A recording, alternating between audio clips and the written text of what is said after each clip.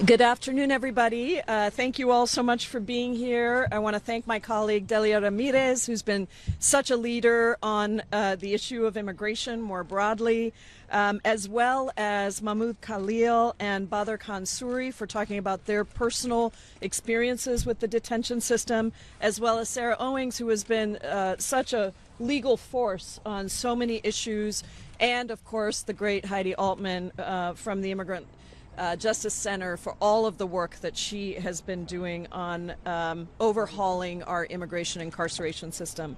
We are here because every day we are seeing this expanding immigrant incarceration system, and we are seeing abuses of Americans and people in our country across every single state as people are kidnapped and disappeared and put into the largest for-profit incarceration system in our country, the immigrant detention industrial complex.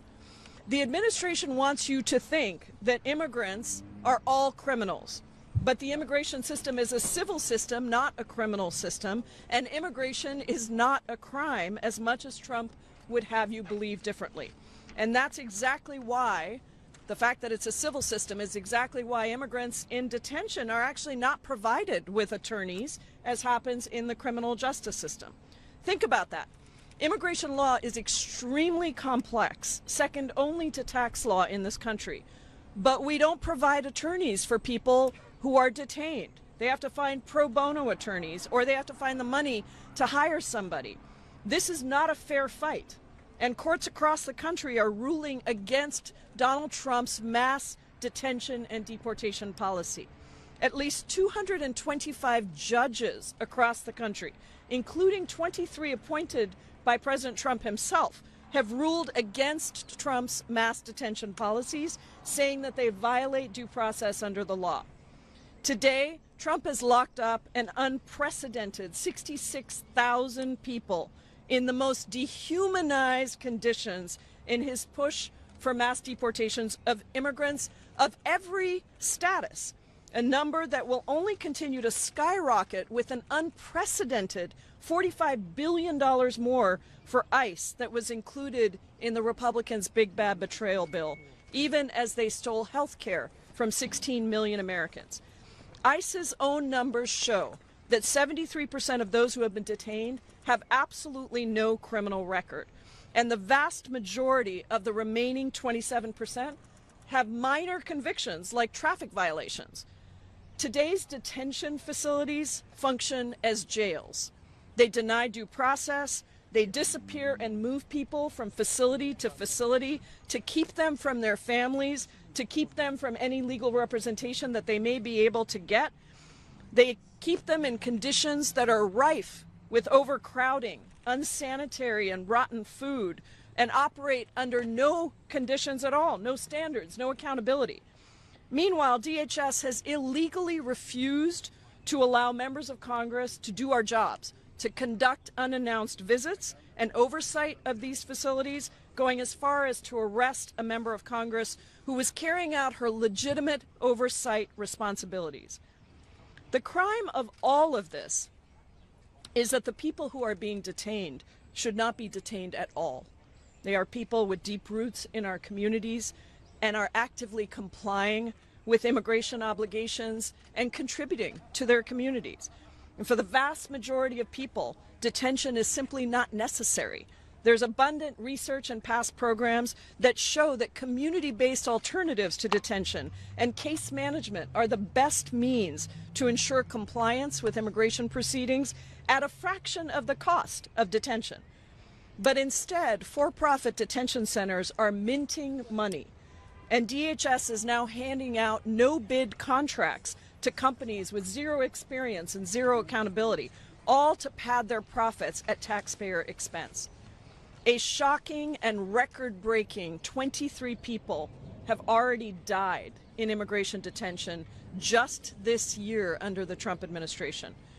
Not only is ICE not reporting these deaths as they are legally required to, they also seem to be flat out lying about these cases. Chao Fang Gay died in ICE custody on August 5th. According to ICE, he died by suicide.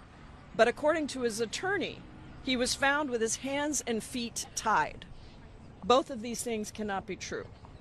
We are here today to say enough. Our Dignity for Detained Immigrants Act has a remarkable, unprecedented 123 original co-sponsors. Before we've even introduced it, 123 co-sponsors, and it overhauls the detention system. It drastically scales back the use of detention. It ensures that every single immigrant who is in detention has their human and civil rights protected. Our bill also phases out the use of private for-profit detention centers. It prohibits the detention of children and families and makes it harder to detain primary caregivers and vulnerable people like pregnant women or seniors or workers who are whistleblowing on unscrupulous employers. It requires DHS to allow members of Congress to do our jobs and conduct those unannounced inspections that hold these facilities accountable. As an immigrant myself, who came to this country by myself when I was 16 years old with nothing in my pockets, now the ranking member of the Immigration Subcommittee in Congress, this bill and this issue is deeply important to me. And I'm going to do everything I can to push it to become law and to ensure that the kind of lawlessness that we are seeing today is never tolerated by the United States government again. Thank you all for being here, and now it is my great honor to introduce my colleague, my sister in the struggle, an incredible champion on immigration issues as well as many others, Representative Delia Ramirez from the great state of Illinois.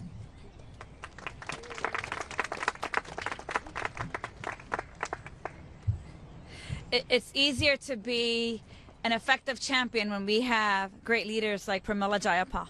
So thank you. Well, it's really good to be standing here today in solidarity with the Congresswoman and advocates to introduce the Dignity for Detained Immigrants Act. You see, for the last several months, as Chicagoans and our neighbors across the country have been disappeared off the streets and placed in processing centers and detention facilities, more and more Americans have come out to understand just how little dignity our neighbors, our loved ones, are afforded by DHS and their force of terror. Since DHS's inception, immigration detention has been dehumanizing. Detention facilities have been unsafe, inappropriate, inadequate. Too few people receive the necessary medical care that they need. Too many people die in ICE detention, and too much happens in the shadows of very little oversight. As a member of the Committee on Homeland Security, I am clear that the Department of Homeland Security must be held accountable for these gross, unconscionable failures. They have never demonstrated a commitment to our rights, to due process, to the rule of law, or to human dignity. But I'm also very clear that Trump, that Noam, that Bovino, that Homan, and all of the authoritarians and criminals in this administration, they want our lives. They want our labor. They want our freedoms. Why? So that they can extract every bit of profit they can make from us for themselves and their billionaire bosses. That's why. You see, more than 62% of immigrant detention centers are managed by private prison companies. Private prison companies like CoreCivic and GEO Group, who donated millions and millions of dollars to Donald Trump's campaign for president. They knew that mandatory detention paired with Trump's mass deportation campaign would be very good for their business, and it has been. They're richer than ever. And here's the thing. You and I know what is clear. They don't care about our dignity. They care about profit. That's it. They extract profit from our community's pain. Their willingness to inflict pain to extract profit is the same impulse that leads us to the illegal wars in Venezuela and to the many things we're seeing, including the threat to health care in this nation right now. Because as long as they profit, they don't care if we're sick. They don't care if we're starving. They don't care if we're detained. They don't care if we're deported or dead. And that goes for American citizens, my friends. That goes for American citizens too. And that is why this bill is so important. We have to draw a line in the sand. We must meet the moment and reject detention in all its forms. We don't need more mandatory detention, private detention facilities. The family detention that you are seeing deny members of Congress from doing oversight work that we are authorized to do by this very same body. Basta. Enough. We have to reclaim our dignity. We have to restore due process, and we have to end this detention that you and I know is killing our Constitution. It's ending due process. It is putting people at risk every day. It is why I'm standing here today, so proud to co-sponsor, along with, did you say 123 members of Congress, the Dignity for Detained Immigrants Act. The moment to act is now. Our constituents keep asking, how is this possible? Well, we have a solution to it, and we're going to get to 218 members of Congress with your help. With that said, I'd like to now introduce to you a leader in, am I wrong? Oh, okay, sorry. Sorry, I got all passionate, and here we are. Got it. Are we set? Let me now introduce to you a leader for freedom of speech, for student rights, for humanity, for peace, Mahmoud Khalil. Well, thank you so much, Congresswoman. That's so much pressure. Well, thank you so much, really, Congresswoman, for your leadership and for being the voice of the voiceless, because for so many times we thought that immigrants, no one cares about them. That's what actually those in detention feel, that no one actually is looking at what's happening to them. And when I entered the detention center in Jena, Louisiana, back in March, that moment when I entered that facility, I felt that I don't have any rights, that my dignity left behind. When I entered and saw so many people, men crying at night just because they're being so dehumanized. They couldn't understand why they are here, why they're being called criminals, why they are being tarnished in the media while they didn't do anything. No one should be detained for immigration enforcement. No one. There's no need for detention for immigration enforcement. As Congresswoman Jay Paul said, there are so many ways that we can enforce immigration process without detention. There's nothing called civil detention. Detention is detention. That's the point of detention. And detention under this administration has become as a tool for punishment, as a tool for terrorizing communities, to instill fear into U.S. societies, because ICE is acting as Trump militia. They are not a federal agency acting to enforce the law. They are being acting extrajudicially in so many cases. And of course, the for-profit prison system in this country, Geo Group, where I was, that these groups, they would do anything for profit. If that means starving detainees, if that means anything else, they would do it for profit. And I still remember when I was sick for 2 weeks because the detention refused to give me another blanket that would protect me against the cold of the detention. And they wouldn't give me that. And after the Congress delegation visited, that when they brought me another blanket, just because they felt that they're now under oversight, that there might be accountability for that.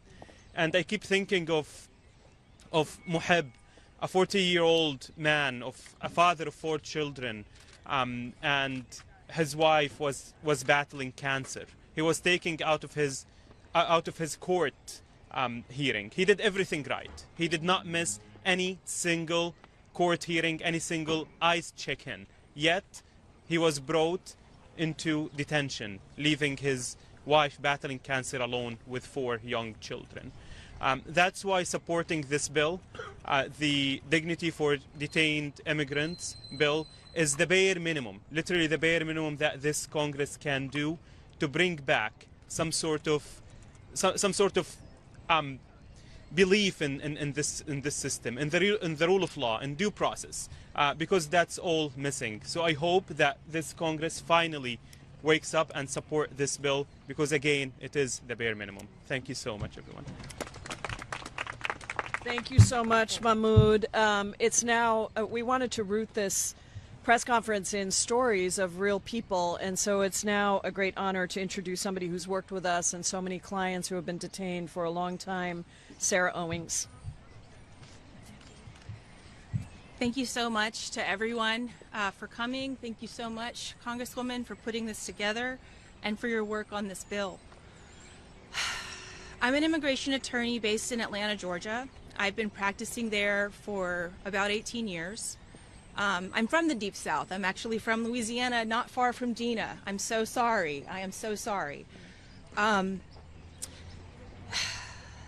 Trump administration has massively expanded detention to far more people than any previous administration, and has stripped away oversight and accountability mechanisms to prevent these abuses and harm to the people that are detained.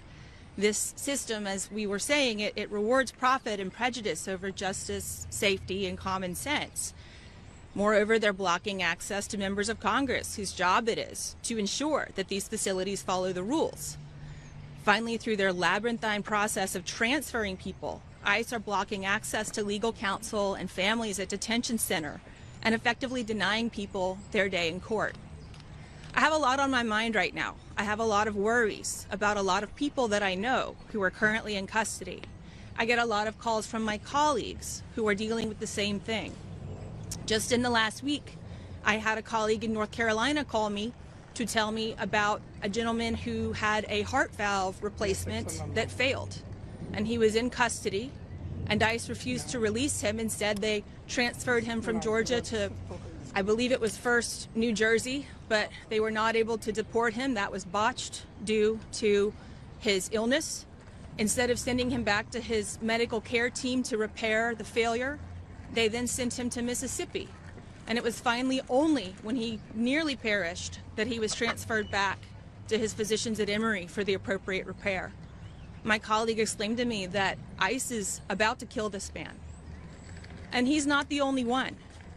I had another colleague also in North Carolina who gave up his Thanksgiving plans to file an emergency habeas motion for a young man who was picked up during ICE's big operation in North Carolina, Charlotte's Web. He had an appointment, one of his 3 weekly appointments at a hemodialysis center. He was picked up on his way there, and he was denied that round of care that he required. He was told by ICE, well, the best way that you can get dialysis, the quickest way you can get that is if you sign this paper to go to Honduras right now. That was without the advice of counsel. That was without any access to information and knowing that the clock was ticking. It was only after my colleague was able to throw very quickly his appearance in at the last minute, pretty much on a holiday, to stop that and make sure that he was not deported without even seeing a judge. That young man had an application for a green card pending. That young man had a single offense for possession, I believe it was 8.3 grams of marijuana. The government would make him out to be some kind of major drug trafficker, but that is just not the case. That young man is now in ICE detention, where he was the first time he became so sick that he needed to go on dialysis. It was medical neglect by ICE that put him in that position. They had all of this information, and yet they still chose to enforce against him. I'm also worried about the family members. I have a woman who is in her 70s. Her husband, who is also in his 70s, takes her to her dialysis appointments. He's a deacon in his church. He has no criminal record. He appeared for a visa interview, and ICE elected to detain him. That woman cannot even walk up the stairs by herself. She is in dire need of him coming home. All of this is happening, but all of this is not really that new, what's going on inside of these detention centers. It's been a problem for a very long time. The difference is that now we have lost oversight. ICE has turned out the lights and locked the door and used the transfer system to make it very difficult for people to locate their counsel, locate their loved ones, and move forward with attempting to see that they have due process. That has to end. ICE will not hold themselves accountable, and so Congress must act to safeguard health, protect the safety, and uphold due process. I urge more people to sign up for this bill, to call their congresspeople, let them know that they support this, that nothing else will fix it unless Congress acts.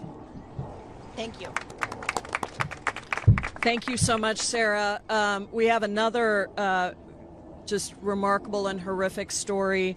I'd like to introduce Dr. Badr Khan Suri, who is a professor and has been doing so much in the academic world and also has his own detention story. Thank you very much. Thank you, everyone, to be here. And I must say that I am really overwhelmed with gratitude that Congresswoman Jayapal, you have introduced such a important bill, which we really need, which everyone needs. Thank you for this timely intervention. When we need empathy and mature resolution of issues in this crisis. We know that civil detention requires standards in place. There needs to be accountability in the system. Without accountability, no system prevails. We know that these facilities must show some compliance based on these standards. Detention facilities cannot be used for abusing human rights, basic rights. I mean, these for-profit entities should know that they cannot just think of make money and inflict tyranny. They should, and everyone should know that in this country, this institution has given us constitution, due process, and nobody can whittle down that. Institutions cannot let anarchy prevail. Anarchy cannot let due process derail. And we know that Congress is supreme. We know this constitution is supreme, and that will protect us. With this, I must say that when I was abducted and I reached this ICE facilities, first they would disappear you. My family didn't know where I am for 4 or 5 days at least. I was so scared that what would happen to my kids who are also immigrants like me. And once I saw the immigration facility, I was broken by just mere sight of that, by the smell of that. There was no space to put my foot in. And then they just throw me in a storage room where I slept or maybe just lay down that night on that floor. For the first time, I saw that there are cameras over the toilet. For the first time, I realized that people have to sleep on floor where cockroaches are just roaming around. There won't be blankets. Then they just took me from one place to other without never letting me know where I am going, where they are disappearing me. Entirely Kafkaesque story. Then they put me in an aeroplane where I didn't know where it was going, but I saw that there were people like me, chained, ankle, wrist, their body chained, and we were all going somewhere, nobody know where. Sometimes I thought, because of the turbulence, that maybe they will just crash this plane and get rid of everyone. Then we landed in this Louisiana. My family never know where I am. And they just locked us. I kept on asking, can I make a call? There are phones here. They said, no, just figure out. Later I realized after 6-7 days when they put me in Texas that there need to be a pin, which they never bothered to give me. When I was in Texas, I said that I have a toothache. There is some infection. They said, no, you need to be here for 6 months to have a dentist visit. So when I came out of this detention, I just lost my tooth. So there was extreme pain in my body. I asked that I need some blood test. They were not ready for it. I said that don't say that administration is not allowing you. In Nuremberg, these arguments were thrown away. There is a day of reckoning. They were good nurses, and finally they allowed blood tests for me. It was very bad. My cholesterol was very high. My vitamin D was very low. So they said that we will give you a medical diet. What was medical diet? Same thing. In place of white bread, they gave me brown bread. I said, what is this? I met grievance officer there. I said, look at the food, what you're just counting calories so that we maintain our weight. There is nothing in this food. My condition is becoming bad. You have old people here, old women who cannot walk. There are men on this wheelchairs who cannot walk, 70 years old, 60 years old, in extremely bad condition. Nobody should be there. It was nothing civil there. It was real Kafkaesque jail dystopian scenario there. They would come with this pepper spray if you demand something and you are gone. If you ask something, you would be put in solitary confinement. There were men who just because of this hardship, receive divorce paper from their wives. And I'm sure there are wives in the other section, in women's section, they must be receiving the same thing. There was single father who left their daughters all alone outside.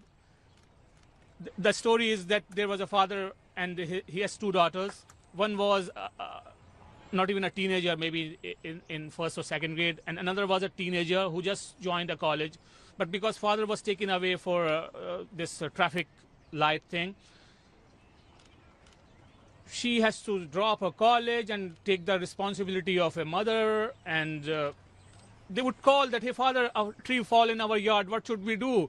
And father would say that try hard, take help of neighbor and all these things. Everybody had same stories, and people were, I didn't find, although I was put in a very high security setup, but they were all normal people. I didn't find anything wrong in them.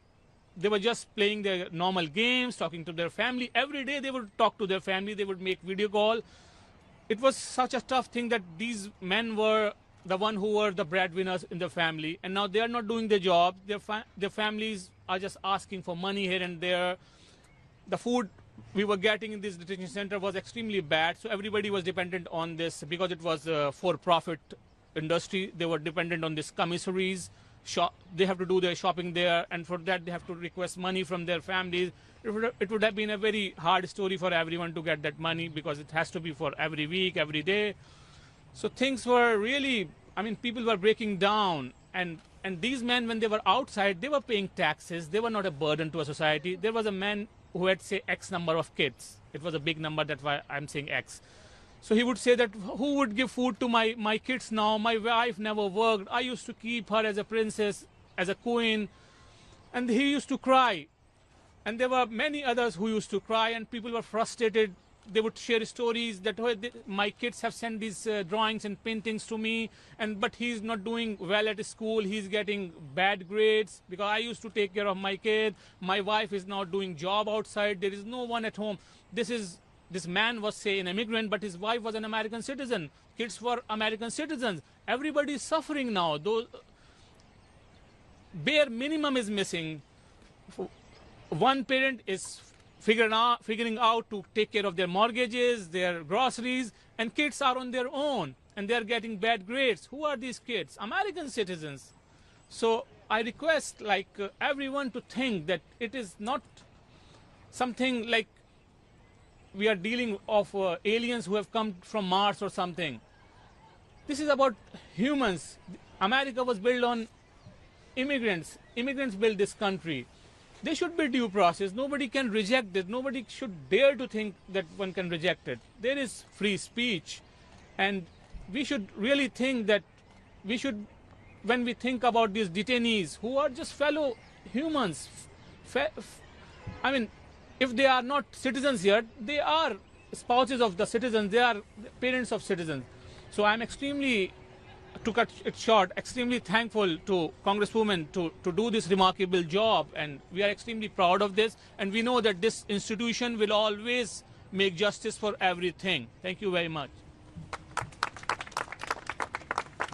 So powerful. Thank you so much, Dr. Suri, and thank you for sharing the universal lack of humanity that is present in these detention centers. Our final, but certainly not least speaker, has been working on this issue in every capacity for many, many years. We are so grateful to you, Heidi Altman from the National Immigrant Justice Center. Thank you, Congresswoman. What a privilege to be here today to celebrate the reintroduction of this bill. And I would also like us together to reaffirm that one day it will become law. And we will be here, and we will celebrate that day, and we will be fighting together until it happens. I'm the Vice President of Policy at the National Immigration Law Center, where we advocate for justice for low-income immigrants. And for about 20 years, like Sarah, I have represented and advocated for and alongside people who have survived or are surviving the United States immigration detention system. One thing I know for sure, immigration detention is designed to break the spirit of the people inside its walls. And you heard that firsthand today. Every person inside an ICE jail or prison is separated from their families. This is an intentional form of family separation. The vast majority of them are unable to find a lawyer, and despair often forces them to give up their rights and accept deportation. Make no mistake, this is not a byproduct of the system. It is the intended consequence. This is the case today, and it was the case back in the 1980s when the immigration detention system as we know it today first began to grow, fueled then and now by the greed of private prison executives and by fear of people who our government tells us are the other, but are not. So who are the tens of thousands of people stuck in ICE prisons and jails as we stand here today?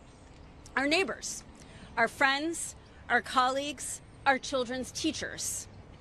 Because of their place of birth, they are enduring so many horrors, and you have heard some of them today firsthand. They are enduring medical neglect. They cannot get treatment for the cancer they were diagnosed with before they were detained.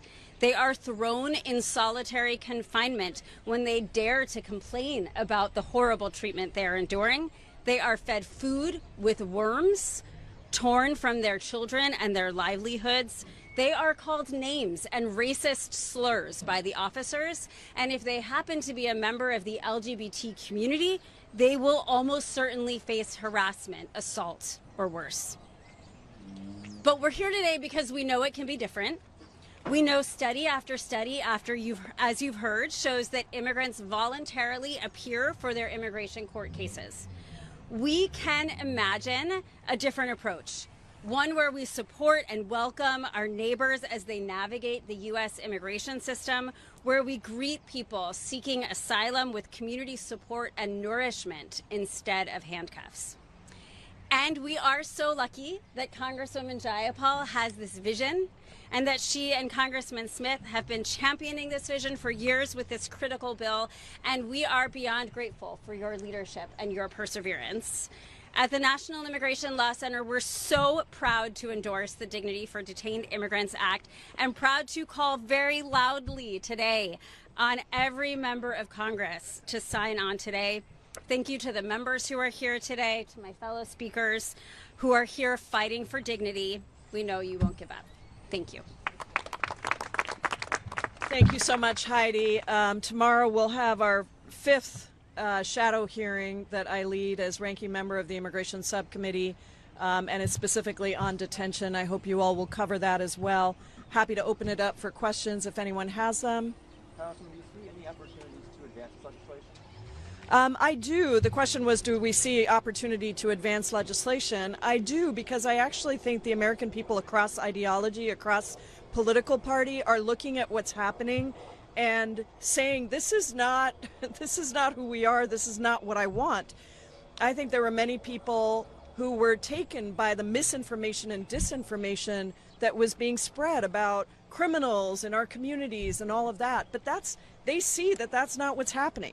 And so there is a renewed interest in understanding how this could possibly be happening in our streets, at our schools, at our community centers, and seeing people like those that you heard about today, heard from and heard about today, who have done absolutely nothing wrong and defy all of the stereotypes and misinformation that are being put out there. So I think that the American people don't like this, don't want this. And my hope is that we will get some courageous Republicans on the other side to say, this is not how we should do this. But in the meantime, look, we're going to push forward because Congress is often behind the American people, but we need to continue the momentum. And this is quite I know for you all cover Congress, you know that getting a bill on immigration with 123 co-sponsors from the get-go on reforming the detention system is not an easy thing, but I think a lot of people are horrified by what they've been seeing.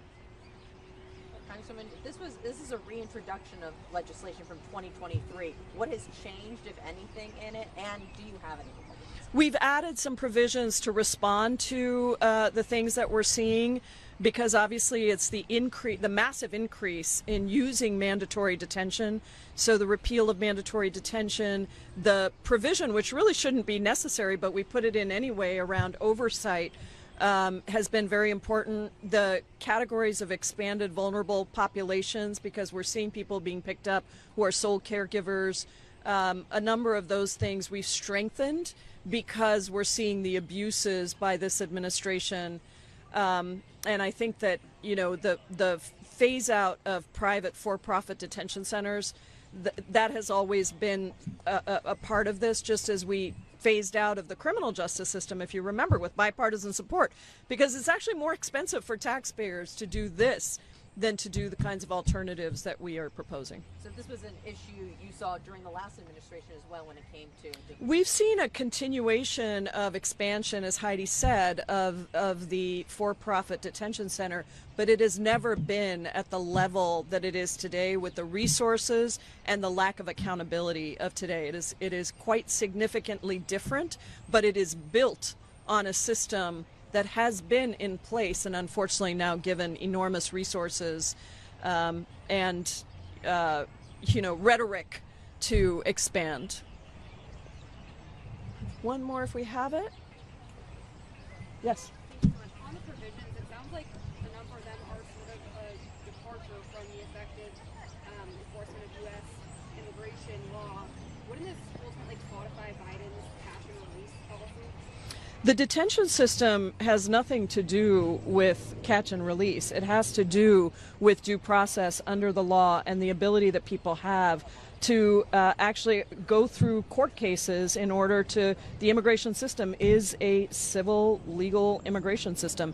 I would just say that the people that are being picked up right now by this administration, some are U.S. citizens, as was mentioned. Some have been green card holders for a long time.